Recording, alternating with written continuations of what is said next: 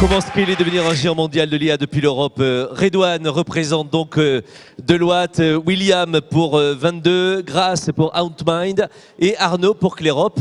Au micro de Simon Prigent, on vous écoute. Alors bonjour à toutes et à tous. Donc voici une table ronde qui est complémentaire de la précédente qui portait sur la régulation de l'IA au niveau européen. Avec nos panélistes que je remercie, on va maintenant se demander comment passer à l'échelle et devenir un leader mondial de l'IA depuis l'Europe. Donc on a la chance d'avoir avec nous notamment 3 start-upers qui sont à des niveaux de maturité différents dans le développement de leur entreprise. Je vais me tourner en premier lieu, honneur aux plus jeunes, vers Grace Merab, qui est CEO de Outmind. Outmind, donc vous êtes spécialisé dans l'IA appliquée à la gestion de l'information en entreprise. Vous êtes ce qu'on peut dire un marché de niche. Une question simple et compliquée à la fois. Comment est-ce que vous envisagez, à votre stade de développement, la possibilité de croître à l'international? Est-ce que c'est déjà quelque chose que vous réfléchissez? Oui, merci Simon. Alors, c'est rigolo parce que marché de niche, c'est 500 millions en France et plus de 5 milliards juste en Europe. Donc, c'est un peu plus qu'un marché de niche. Pour vous raconter, donc Outmind, c'est un moteur de recherche augmenté par une IA générative. Et donc, l'objectif, c'est d'aider les collaborateurs à retrouver l'information dont ils ont besoin dans tout leur écosystème d'outils internes. Donc concrètement, quand on rentre en meeting et qu'on se demande quel est l'historique projet 2 minutes avant de voir le client, ou quand on est bloqué sur un deal important parce qu'on n'a pas la trace du contrat, ben en fait, on va vous débloquer dans toutes ces situations. On se branche à la fois à des outils très difficiles d'accès comme les serveurs de fichiers en local, comme les outils cloud utilisés au quotidien, les messageries, Outlook, etc. Et concrètement, il n'y a pas vraiment de frontières dans notre produit, dans notre approche, c'est-à-dire qu'on a des utilisateurs en France et partout dans le monde. Aujourd'hui, majoritairement en France, que nos efforts commerciaux sont portés essentiellement vers la France, mais on a de l'entrant d'un petit peu partout, des États-Unis, du reste de l'Europe. Donc, il n'y a pas vraiment cette limitation. Nous, notre positionnement, ça va être de devenir le plus vite possible un champion européen parce qu'on pense qu'il n'y a pas assez d'alternatives françaises et européennes sur ce sujet. Si je donne un équivalent, la boîte qui nous ressemble le plus aux États-Unis, c'est une entreprise qui s'appelle Glean, qui a levé 500 millions de dollars et qui fait 100 millions de chiffre d'affaires récurrent annuel. Donc ce type de boîte, on veut le créer aussi en France et en Europe. Merci. Arnaud Muller, je me tourne vers vous maintenant. Vous êtes un tout petit peu plus avancé dans le développement de Clérop. Donc Clérop, c'est une plateforme de gestion de données et applications d'IA. Pour accompagner les entreprises européennes dans leur transformation numérique. Et j'insiste sur le terme européen puisque c'est quelque chose que vous revendiquez, l'aspect souverain et un actionnariat aussi 100% européen. Ma question, selon vous, l'Europe peut-elle créer ses propres géants de l'IA sans dépendre des big tech américaines? Merci. Donc effectivement, merci pour la présentation de Clérop. Peut-être pour compléter, en fait, nous, on a choisi aussi de démarrer sur un segment de marché qui nous paraissait accessible, parce que l'enjeu, c'est de trouver ce qu'on appelle l'adéquation entre le produit et le marché, et donc de trouver des clients qui vont être sensibles à cette dimension de souveraineté qui est essentielle en fait chez Clérop. On cultive vraiment cette notion d'indépendance technologique depuis le départ, et donc les plus je dirais, ceux qui comprennent qu'il y a des enjeux et qui seront les plus exposés à ça, parmi nos clients, c'est la défense, le nucléaire, et finalement les opérateurs d'intérêts vitaux, les ministères, l'Élysée, etc. Et donc d'emblée, il y a eu un intérêt de marquer par eux, on s'est adapté pour eux, néanmoins, c'est difficile. Donc, j'ai envie de répondre oui, c'est possible, parce qu'en fait, ça, c'est ma nature, et qu'on se lève le matin pour rendre ça possible. Historiquement, en fait, la première des objections que vous nous adressez, c'est que les offres françaises et européennes n'étaient clairement pas au niveau. Et en fait, il a fallu, moi, que je ravale ma salive pendant un paquet de fois, parce qu'en fait, j'étais ridiculisé par mes confrères de la tech et par les clients qui me disaient qu'en fait, j'étais vraiment... c'est plus que naïf, en fait. Hein, plus que naïf, donc je dirais pas le mot, parce que, en fait, j'avais l'audace de croire qu'on serait en capacité à un moment de venir amener le même niveau d'offre, le même niveau de performance et d'excellence que ce que nos cousins américains ont pu faire. Et honnêtement, ça fait 5 ans que le projet Clérop, qui veut dire la clé de l'écosystème data européen, est lancé. Et grâce à Trump et Musk, Aujourd'hui, on nous dit, putain, heureusement que vous aviez déjà pris conscience de ça il y a 5 ans, parce qu'on va peut-être avoir besoin de votre solution. On n'en est toujours pas au stade où le marché est assez mature pour nous passer des commandes conséquentes et rapides. C'est-à-dire qu'en dehors de la défense, et vous imaginez l'inertie, en dehors des banques, où en fait on ne signe pas une banque sans y passer au moins 18 mois de discussion, ça reste des secteurs qui sont indispensables pour nos démocraties françaises et européennes, pour nos enfants, et qu'aujourd'hui on ne sait pas financer de la manière la plus noble qui soit, à savoir par les clients. Et là, d'ailleurs, je voudrais remercier, je ne suis pas sûr qu'il y en ait ici, mais les gens de France 2030 et les gens qui, globalement, compensent cette immaturité du marché pour nous financer des projets de R&D, etc. Ce qui est un bon moyen, entre guillemets, de bootstrapper un vrai produit qui va nécessiter, comme nous, à date, on a déjà investi 20 millions dans la R&D du produit, on a levé 10 millions, on a récupéré 10 millions entre nos clients et des programmes d'innovation européens qu'on peut mener. Mais la réalité, c'est que c'est assez difficile. Tout le monde est d'accord pour dire que c'est indispensable. Et les gens qui achètent sont des héros de la nation, et je peux les compter sur mes 2 mains. Merci. 22, William. Yes, bonjour Simon. Vous êtes la start-up la plus avancée du panel, on peut dire, je pense. Je ne sais pas en quoi, mais d'accord, merci. En termes de développement, dirons-nous. Vous avez fait un choix radical que vous m'avez confié quand on s'est appelé pour préparer cette table ronde. Ouais. Vous m'avez dit que vous alliez partir d'ici la fin de l'année, si Donald Trump est d'accord, Ouais. aux États-Unis. C'est ça. Les Pourquoi visas E2 font la queue leu et attendre au service de l'immigration. Déjà, je vais parler de ma technologie, parce qu'elle est particulière. Et ensuite, des lois qui l'entourent et tous les différents freins. On fait de la vision par ordinateur chez 22. Donc ça veut dire c'est la capacité à des algorithmes à analyser des pixels, donc des images ou des vidéos en temps réel. Ça c'est notre, on va dire, c'est notre expertise. Ça veut dire que on déploie aujourd'hui sur 3 secteurs: la police, évidemment, les logiciels d'enquête vidéo, les villes, etc. Donc du coup, c'est des outils temps réel qui sont utiles pour résoudre des enquêtes et retrouver des objets ou des personnes. Deuxième verticale, tout ce qui est logistique et transport. On bosse pour la CMA-CGM où on dit en temps réel ce qui se passe sur les ports. On bosse pour la SNCF ou pour Aéroport de Paris où on mesure si le fuel arrive bien à l'heure devant la 380 pour qu'il parte à l'heure. Donc c'est des cas d'usage très opérationnel. Et dernièrement, on a ouvert le retail. Et le retail, c'est notre plus grosse explosion. Et on est un peu comme le Google Analytics, mais du monde physique. C'est-à-dire combien de personnes sont rentrées, quelle est la typologie des personnes, ils vont où, ils touchent quel produit. Tiens, lui, il est devant les tapis de course, il veut acheter, et il n'y a personne pour le renseigner. Donc, appelle vendeur et allez le renseigner. Et donc, du coup, bon, le gouvernement, c'est pas quelque chose qui est scalable, la première verticale. Parce que j'ai essayé de la vendre à l'étranger, et quand on a fait une solution pour le ministère de l'Intérieur, toute designée pour la France, bah, du coup c'est très difficile à exporter. Donc premièrement, premier frein, premier plafond de verre. Deuxièmement, tout ce qui est transport et logistique, je pense qu'on sera un asset important des services informatiques long terme de tous ces gros de l'industrie, mais ils mettent du temps à bouger. Et donc du coup, moi j'ai pas le temps. Donc il faut pas tuer la verticale, mais il faut essayer de la laisser se développer à son propre rythme.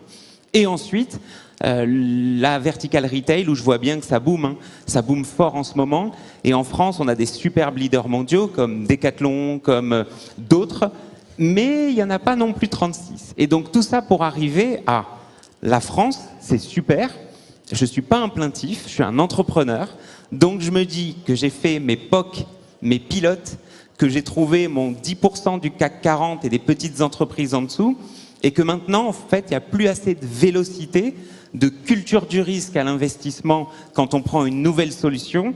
Et donc, du coup, au lieu de se plaindre et d'attendre et de transformer ma boîte en une superbe PME, eh ben, je me remets hors du cadre pour aller aux US, drivé par des clients. Hein. Je suis pas fou, on bosse pour McDo, pour Burger King, et donc, du coup, ils vont m'amener là-bas. Mais le plafond de verre en France, pour ma technologie, j'ai l'impression que c'est 5-10 millions d'ARR. Et en gros, on en est là, et on n'arrive pas à bosser plus avec le CAC 40. Je sors d'une réunion la semaine dernière où j'étais chez Total, réunion organisée par Monsieur Pouyanné, où la conclusion, c'est, William, tout ce qui est cœur de l'expertise, on se le garde pour nous. Donc la vision par ordinateur sur les forêts et tout ça, c'est quand même, laisse-nous développer ça. Et tout ce qui est généraliste, soit je retourne dans la sécurité, alors super, la périmétrie, détecter des gens autour des usines, mais bon, c'est pas non plus quelque chose d'hyper pérenne. Donc en fait, je me rends compte que même avec nos entreprises du CAC 40, soit il y a un manque de vouloir partager le cœur du gâteau, soit, à côté de ça, c'est tellement siloté qu'on ne peut pas adresser finalement un gros groupe au général. Et c'est à chaque fois, chaque service, chaque métier, etc.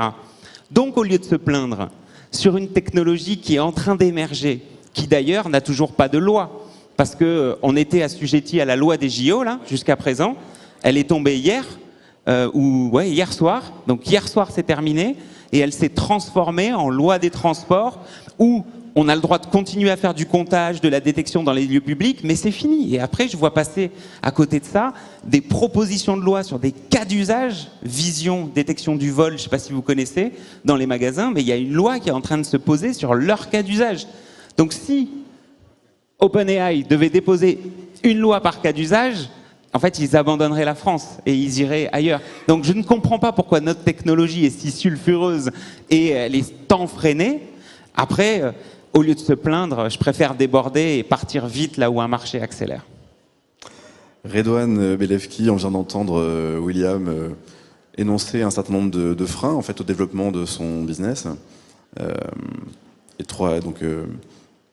Quels seraient selon vous les atouts quand même de l'Europe pour essayer de voir les choses de manière un peu positive et puis peut-être aussi un peu les faiblesses par rapport aux États-Unis et à la Chine. Mais allons-y sur les atouts quand même parce que... Alors,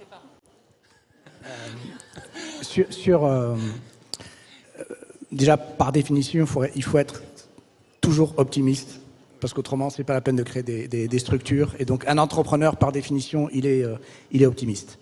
Je vais évoquer avec vous quelques forces qui me semblent importantes, mais j'aimerais bien revenir sur quelques points de faiblesse que vous avez évoqués, parce que on a souvent tendance à passer en revue toutes les forces que l'on a et on passe plus de temps à parler de nos forces que de nos faiblesses. Et moi, je pense qu'on est sur une situation où il faut parler plus de nos faiblesses pour renforcer nos points forts. Le mindset est un peu différent.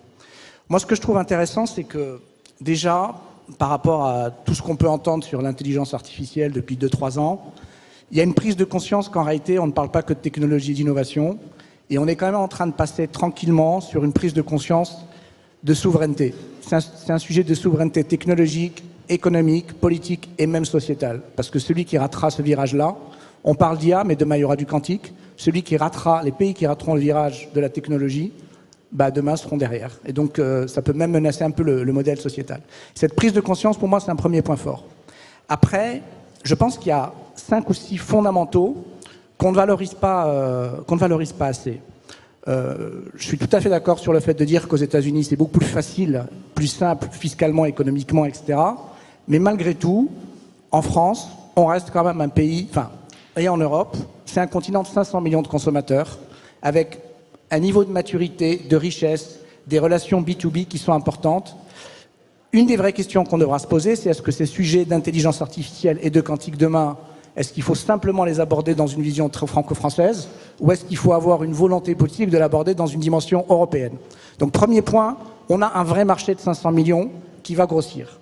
Le deuxième point, alors je le dis avec, un peu de recul, on a en France une école mathématique excellentissime. On a un réseau de R&D de très bonne qualité qu'on peut étendre à l'Europe. Ce niveau de recherche et développement, si on le focalisait un peu plus, on irait peut-être plus loin plutôt que d'avoir quelques innovations qui sont très dispersées. Le troisième point qui me semble très bon, notamment pour la France, on a un écosystème de start-up d'excellente qualité. Le problème, c'est qu'on le dit tous les ans. Le sujet, ce n'est pas qu'on ait un écosystème de start-up de qualité, c'est comment on les accompagne pour grandir. Et moi, il y a quelque chose qui me fait un petit peu mal au cœur, c'est quand on regarde aujourd'hui les venture capitalistes, donc tout ce qui est les capital risqueurs, 75% des capital risqueurs sont plutôt américains et 75% des start-up et des scale-up européennes sont accompagnés par des capital risqueurs américains qui viennent et qui font le boulot qu'on pourrait faire en Europe. Le quatrième point qui me semble aussi important, alors je partage ton avis sur le fait que c'est lourd, c'est lent, c'est morcelé, mais quand même, quand on regarde tous les secteurs de l'économie française ou en Europe, on a des champions mondiaux dans toutes les catégories. On a des grands champions mondiaux qui sont morcelés, c'est compliqué, c'est vrai, mais qui représentent quand même l'avenir parce que c'est peut-être lent maintenant, mais ils devront y aller à un moment ou à un autre. Tu évoquais la BITD, la base industrielle technologique et de défense. Le fait que les sujets de technologie deviennent un sujet de souveraineté encore plus fort, la montée en puissance, elle est inéluctable. Après, je pense qu'on a aussi un modèle sociétal qui est différent. On ne cherche pas à imiter ce que font les Américains ou les Asiatiques. On a un modèle sociétal qui est différent, qui peut être différenciant. Et sans faire de l'humour, je dirais que la réglementation est aussi un atout pour l'Europe et pour la France. Parce qu'en France et en Europe, quand on crée de la réglementation, c'est aussi pour protéger l'humain. Il y a aussi un cadre normatif qui permet de nous renforcer. Et on dit ça, je partage totalement les points de vue de nos camarades. On ne peut pas aller plus loin si on reste dispersé dans les investissements. Moi, je suis très surpris. Aux États-Unis, l'épargne privée finance la technologie, finance l'innovation. 18% de l'épargne privée finance la technologie. En France, 3%. Donc on a tout un gisement aujourd'hui d'investissement qui est important. On a un système européen bancaire qui est assez fragmenté, morcelé. Les sociétés de capital risque ne sont pas encore au bon niveau. Et on a une épargne privée qui n'est pas suffisamment mobilisée. Il y a d'excellentes initiatives. Moi, je vois par exemple ce que fait le Fonds européen de souveraineté numérique. Excellente initiative, excellente approche qui essaye d'aligner une vision européenne, mais qui a besoin de plus de moyens. Donc si on met un peu plus de moyens, on se disperse un petit peu moins, et qu'il y ait quand même une volonté politique de construire quelque chose de plus européen à moyen et long terme, je pense que ça aidera nos startups, tant dans leur développement aux États-Unis, mais également en Europe. Voilà. Merci.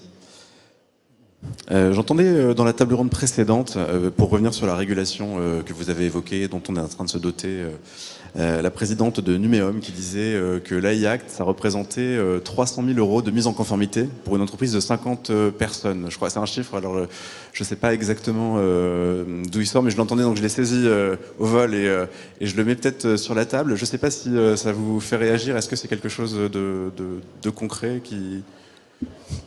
Ça va dépendre des niveaux de risque. Ouais. Je ne sais pas si tu es concerné par des niveaux de risque importants.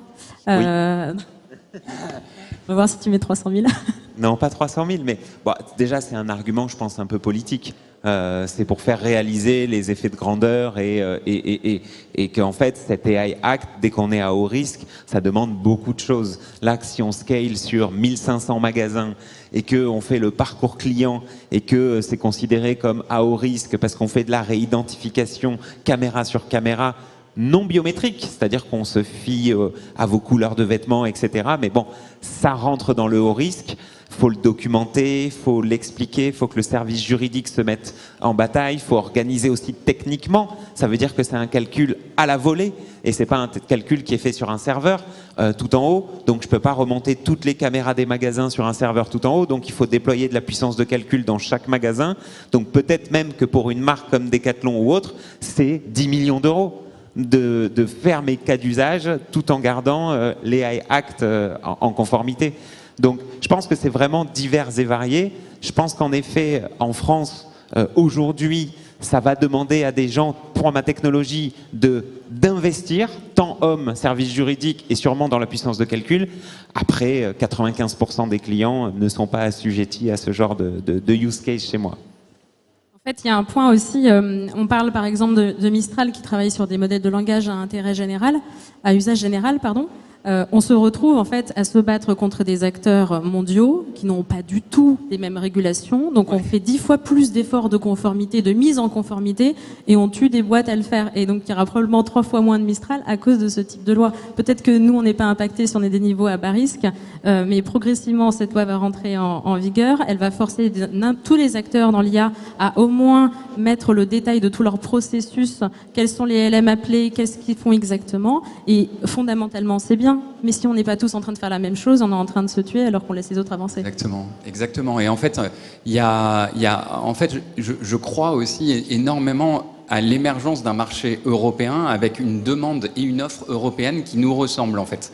Et donc je crois énormément en fait en cette alternative entre la façon complètement dérégulée, déréglementée du Far West américain qui nous ressemble pas parce que nous on a une histoire et on a appris du passé et donc ça fait qu'on est fort sur beaucoup de points et qu'on a un recul que les autres n'ont pas et donc ça vient nous servir parce qu'en fait aujourd'hui en tant que citoyen même les Américains préféreraient si on leur demande d'être régis par un droit européen qui respecte le principe du consentement qui n'est pas implémenté, en tout cas pas à notre manière dans le Cloud Act américain. Et donc on a clairement quelque chose à jouer là-dessus. Simplement au niveau des régulateurs, et par le passé, j'ai monté la Task Force Data IA de France Digital, qui est un lobby pour les startups et les investisseurs, et on est allé plusieurs fois voir les rédacteurs de l'AI Act, et moi en fait je leur ai proposé de faire exactement ce que Grace vient de dire, à savoir que si vous voulez que ça nous serve, à nous, industriels, travaillez avec nous main dans la main. C'est-à-dire que plutôt que de faire appel à un lobby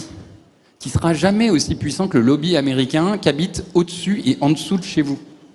À Bruxelles, le lobby américain, il habite au-dessus et en dessous de chez eux. En fait, ça, c'est une réalité si vous allez à Bruxelles. Donc, on n'aura jamais autant de pognon que les Américains pour soudoyer, en fait, tous les gens qui font des lois européennes. Donc, autant travailler directement avec ce qu'on appelle les policy makers et de dire, mais intégrer ce que nous, on connaît très bien dans nos startups. On fait des produits et donc les produits, on les versionne. C'est-à-dire qu'en fait, on considère que la première recette est rarement la meilleure et qu'on va devoir vite se tromper pour adapter notre recette au goût qui va créer une adoption massive chez nos clients.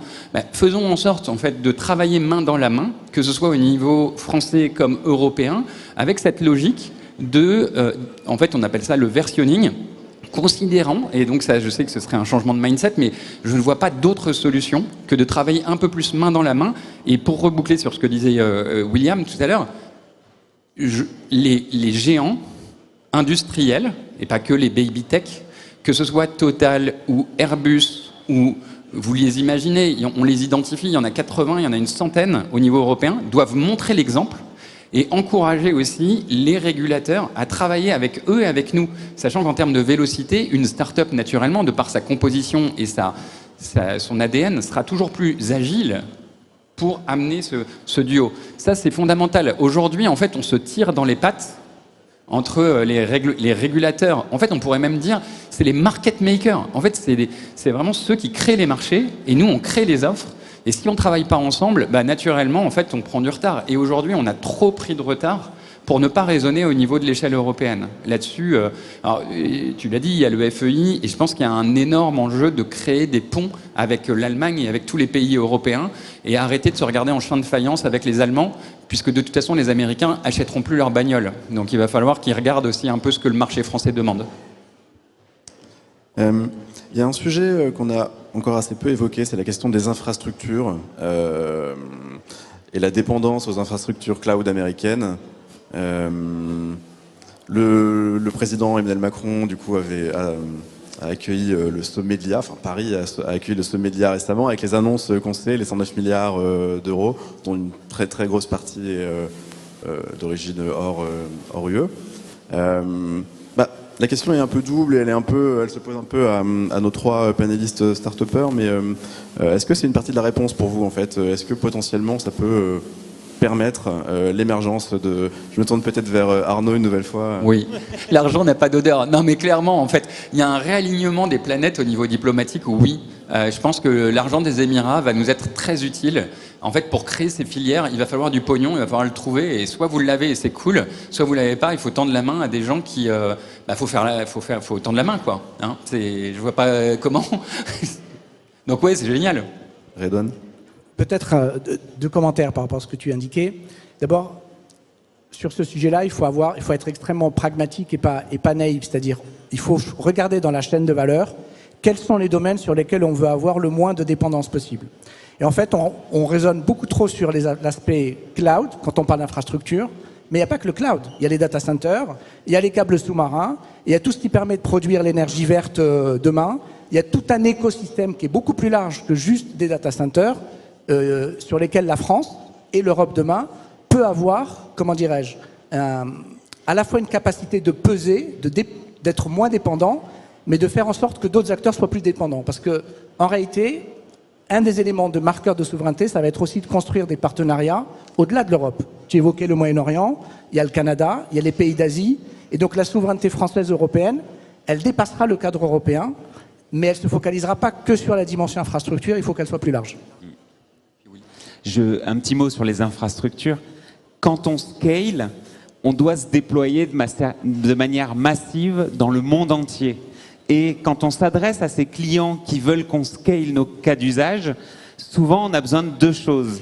Premièrement, d'un hyperscaler qui sait s'occuper du monde entier. Et donc du coup, c'est même pas moi, c'est mes clients qui m'amènent sur du GCP de Google, sur du Databricks, sur du AWS, etc. Donc il y a une aspiration naturelle déjà sur le scale international. Et deuxièmement, en fait, il n'y en a pas beaucoup qui sont aujourd'hui capables de financer des boîtes comme les miennes, où on va aller chercher 50, 100, 200 millions de dollars dans la prochaine série. Et ces hyperscalers, Google, AWS, etc., voyant qu'ils nous déploient concrètement, me font une passe vers le fonds d'investissement de ces grosses boîtes-là et rentrent au capital sur des séries plus tard avec des gros chèques pour pouvoir accélérer nos technologies. Donc en fait, on se retrouve ravis de pouvoir scaler sur des infrastructures internationales. Et j'essaye de driver avec du français, etc. Mais ça ne sait pas répondre aux mêmes problématiques. Non, mais prends l'argent, ramène cet argent en fait des banques américaines en Europe, au bled, ouais. Tu sais, au bled. C'est tout le sens de l'histoire, c'est aller développer le business et le marketing sur des marchés qui pulsent, donc les États-Unis essentiellement, et pouvoir garder nos ressources mathématiques, notre R&D ici en France, et moi revenir le plus vite possible et opérer dans le monde entier d'ici. Ça serait un rêve. Après, il faut se déplacer pour aller. Oui, et sur cette partie, encore une fois, infrastructure cloud, on a fait le même travail d'essayer d'isoler notre software d'uniquement des providers américains. La réalité, c'est que, donc tu l'as dit, sur les hyperscalers américains, on n'a pas du tout les mêmes niveaux de service. Donc, si je prends des choses toutes bêtes, si on ressort nos services managés de cloud américains, il faut tout redévelopper parce qu'il n'y a pas le même niveau de service chez les autres acteurs. Et j'adorerais que ce soit le cas. La réalité, c'est qu'on n'est pas compétitif, c'est qu'on est en train d'essayer de rattraper un retard, d'essayer, malheureusement. Sur l'IA, à contrario, un bruit. Sur l'IA, à contrario, on est beaucoup moins en retard que ce qu'on a eu jusque-là sur l'infrastructure cloud. Il y a un espoir de se rattraper. Donc, construisons justement des layers applicatifs, des solutions applicatives qui sachent se battre sur le plan international. Ok, je vois que le temps tourne. Peut-être pour terminer, une question un peu volontairement ouverte, mais qu'est-ce qui vous manquerait, quel message vous aimeriez faire passer, peut-être pour justement que ce soit possible de créer des géants mondiaux de l'IA depuis l'Europe. Peut-être commençons par vous, Grace. Oui, alors il y a 3 points que j'aurais en tête. Peut-être d'un côté déjà pour les entrepreneurs comme nous, donc concentrons-nous sur nos forces. C'est-à-dire qu'on ne se bat pas à armes égales. Donc essayons d'aller trouver soit les cas d'usage, la verticalisation, les points où on est vraiment plus fort. En Europe, typiquement, les États-Unis ont du mal à arriver, les acteurs américains ont du mal à arriver sur le marché européen parce qu'ils pensent que c'est un seul pays. Ils attaquent le UK et ils se disent « je vais dérouler ». La réalité, c'est que c'est un peu plus compliqué que ça. Et la connaissance qu'on a du marché peut nous permettre de s'en sortir. Un deuxième point, et tu l'as mentionné, Redouane, c'est la commande publique. Aux États-Unis, on a par exemple le pouvoir fédéral qui est en train de rompre des contrats avec des players mondiaux comme Carrefour et d'autres s'ils ont une politique de diversité qui est mise en place. Donc, eux, ils utilisent leur force publique, leur commande publique pour flécher leurs investissements, pour jouer politiquement sur les choix des entreprises. Nous, on ne fait pas ça. Et le troisième point, c'est de s'appuyer encore une fois sur nos forces. Sur l'IA, il faut qu'on y aille maintenant. On a très peu de retard. On a la force d'y aller. Investissons. On a 11 fois moins d'investissements en Europe qu'aux États-Unis sur l'IA. C'est 97 milliards contre 8 milliards en Europe.